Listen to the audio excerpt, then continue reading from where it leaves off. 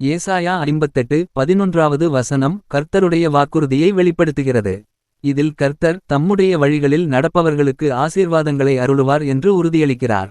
நீ நீர்ப்பாய்ச்சலான தோட்டத்தைப் போலவும் வற்றாத நீரூற்றைப் போலவும் இருப்பாய் என்ற இந்த வார்த்தைகள் கர்த்தருடைய பராமரிப்பையும் ஆவிக்குரிய வளத்தையும் குறிக்கின்றன. நீர்ப்பாய்ச்சலான தோட்டம்.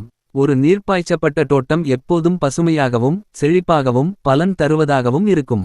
இதேபோல் கர்த்தரை பின்பற்றுபவர்களின் வாழ்க்கை ஆவிக்குரிய செழிப்போடும் கர்த்தருடைய அன்பு மற்றும் வல்லமையால் நிரப்பப்பட்டதாகவும் இருக்கும். கர்த்தர் அவர்களை ஆவிக்குரிய பயிர்களை விளைவிக்கும் வகையில் பராமரிப்பார். வற்றாத நீரூற்று. வற்றாத நீரூற்று என்பது தொடர்ந்து பாய்ந்து சுற்றியுள்ள இடங்களுக்கு உயிர் கொடுக்கும் நீர் ஆதாரத்தை குறிக்கிறது. இதுபோல் கர்த்தருடைய ஆசீர்வாதங்களை பெறுபவர்கள் மற்றவர்களுக்கு ஆசீர்வாதமாகவும் கர்த்தருடைய கிருபையை பகிர்ந்து கொள்பவர்களாகவும் இருப்பார்கள். இது கர்த்தருடைய தொடர்ச்சியான வழிநடத்துதலையும் வாழ்க்கையில் நிலையான ஆவிக்குரிய வலிமையையும் குறிக்கிறது. ஏசாயா 58ஆம் அதிகாரம் உண்மையான உபவாசத்தையும் கர்த்தருடைய நீதியை பின்பற்றுவதன் முக்கியத்துவத்தையும் வலியுறுத்துகிறது. மனமாற்றமும் பிறருக்கு உதவுவதும் நீதியுடன் நடப்பதும் கர்த்தருடைய ஆசீர்வாதங்களை பெறுவதற்கு முக்கியமானவை என்று இந்த வசனம் உணர்த்துகிறது.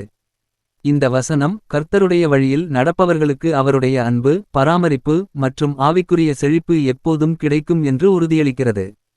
நாம் கர்த்தரை நம்பி அவருடைய கட்டளைகளை பின்பற்றும்போது நம்முடைய வாழ்க்கை செழிப்பாகவும் மற்றவர்களுக்கு ஆசீர்வாதமாகவும் மாறும். கர்த்தர் எப்போதும் நம்மை வழிநடத்தி நம்மை பசுமையாகவும் பலன் தருவதாகவும் மாற்றுவார்.